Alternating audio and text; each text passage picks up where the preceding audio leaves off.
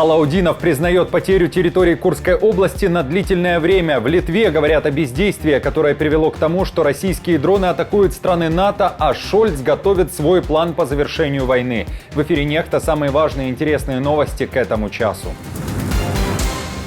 Индия вновь выходит на контакт с Россией. В Москву направляется спецпосланник. Цель – разговор о мире в Украине.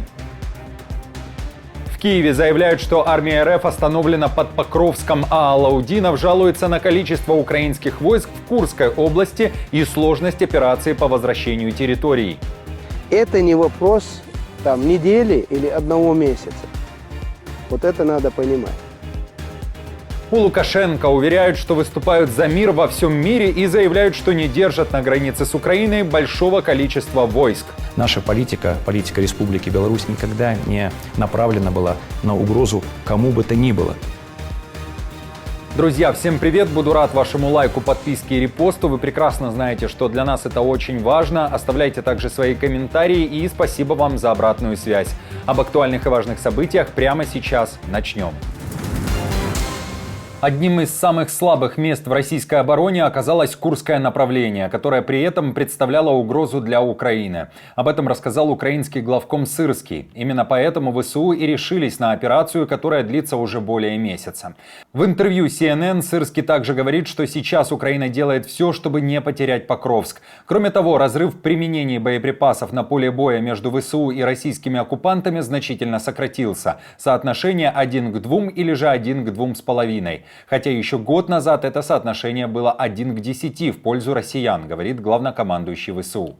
Мы делаем все, чтобы не потерять Покровск. Мы усиливаем оборону на этом направлении. За последние 6 дней враг не продвинулся на Покровском направлении ни на метр. Таким образом, наша стратегия работает. Конечно, враг сосредоточил на Покровском направлении свои наиболее подготовленные части. Но мы лишили его возможности маневрировать своими подразделениями и возможности передислоцировать свои подразделения, усиления с других направлений. Тем временем командир кадыровцев Алаудинов говорит, что сейчас в Курской области порядка 20 тысяч украинских военных, а также заявляет, что России понадобится много времени, чтобы вернуть под свой контроль территории Курской области. Это не вопрос недели или одного месяца. Вот это надо понимать.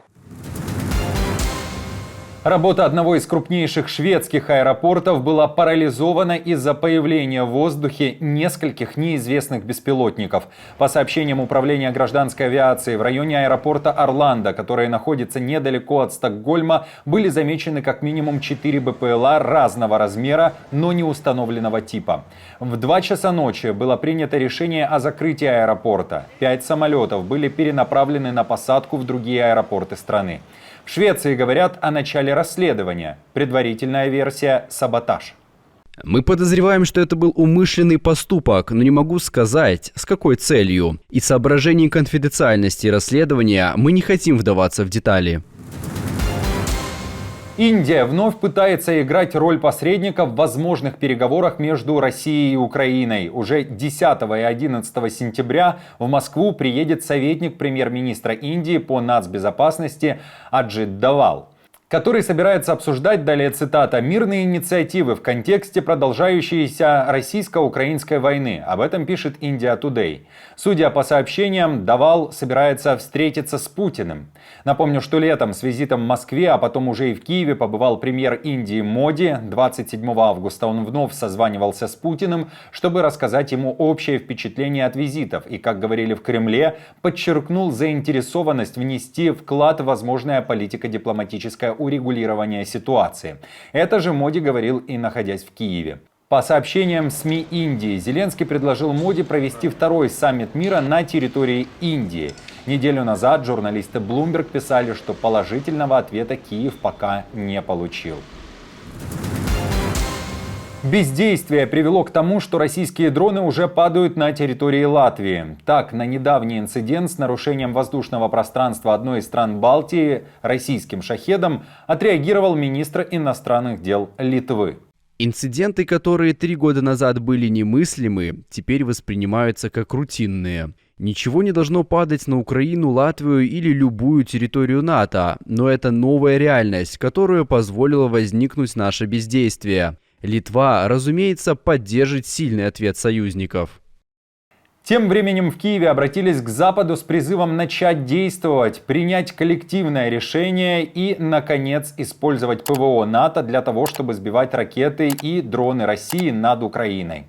Как ранее рассказывала команда Нехта, за последний месяц российские дроны залетели на территорию Польши, Румынии и Латвии. Когда происходит нарушение воздушного пространства страны, нарушение суверенитета, и тут вдруг возникают дискуссии, стоит ли сбивать или не стоит сбивать. Да? То есть это, и при всем при том, что это даже вопрос, который точно не все может быть передано в компетенцию Альянса.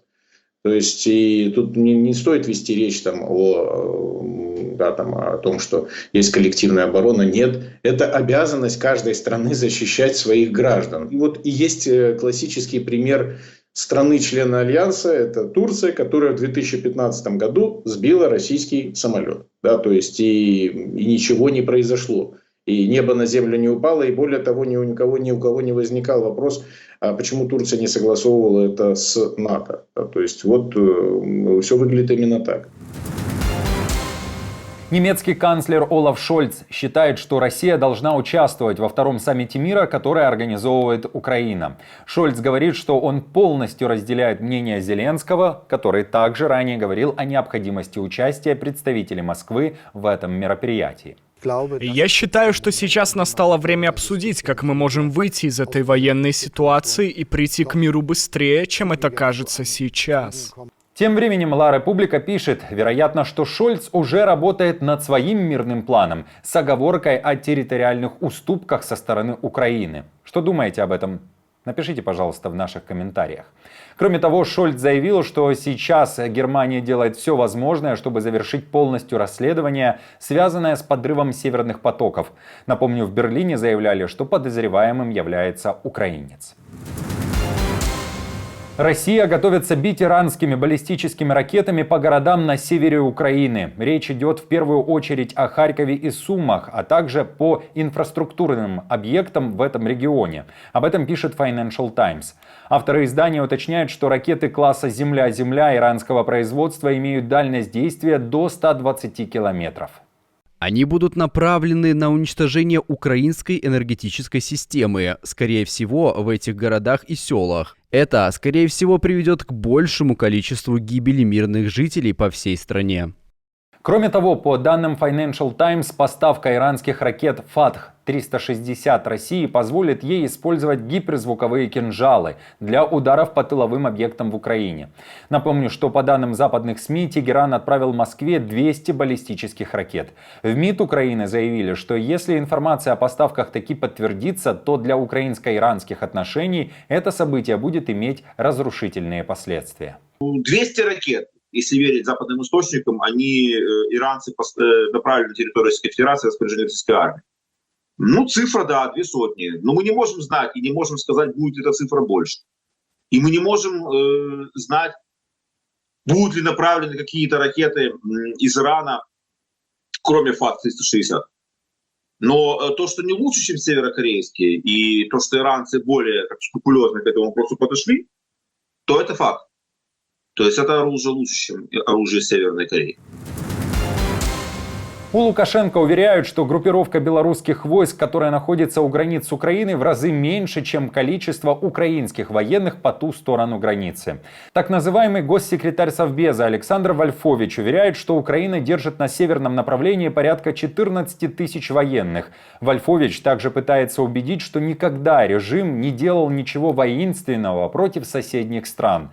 При этом он не упоминает, как в феврале 2022 года российские войска заходили в Украину с территории Беларуси. Наша политика Республики Беларусь никогда не направлена была на угрозу кому бы то ни было. То ли нашим соседям на Западе, то ли тем более нашим соседям на Юге. И всегда мы украинцев, украинский народ рассматривали как братский нам народ. И никогда Беларусь не высказывала каких-то упреков, угроз, каких-то претензий, ни территориальных, ни какого-то другого характера по отношению к Украине. Мы всегда жили в мире, дружбе и согласии. Что думаете о таких заявлениях Вольфовича? Напишите, пожалуйста, в наших комментариях.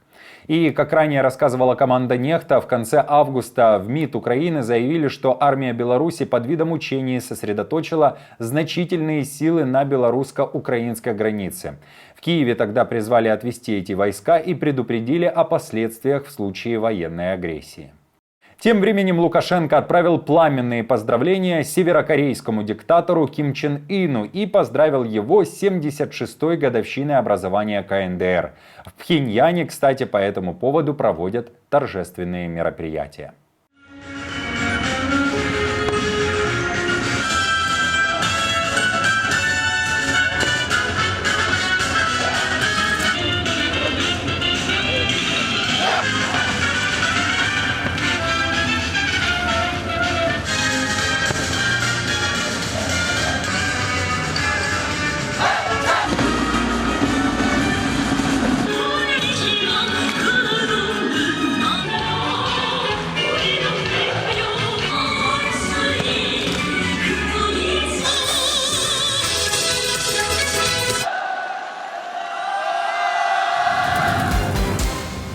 Друзья, спасибо вам за поддержку, вы наша опора. Я напомню, что ваша помощь и участие помогает нам делать работу и видеться с вами каждый день. Постоянных донаторов и их комментарии вы видите сейчас на экране. Мы благодарны за эту поддержку. Если же вы хотите присоединиться к их числу, то нажимайте на кнопку «Спасибо» под нашим роликом, отправляйте свой донат или становитесь постоянным спонсором нашего канала. Если вы находитесь на территории России, пользуйтесь VPN, инструкция также находится в описании. Мы с командой продолжаем следить за самыми важными новостями. Оперативную информацию от Нехта ищите, как всегда, в телеграм-каналах или на платформе X. Спасибо вам за доверие и то, что остаетесь с нами. До новых встреч и хороших вам новостей.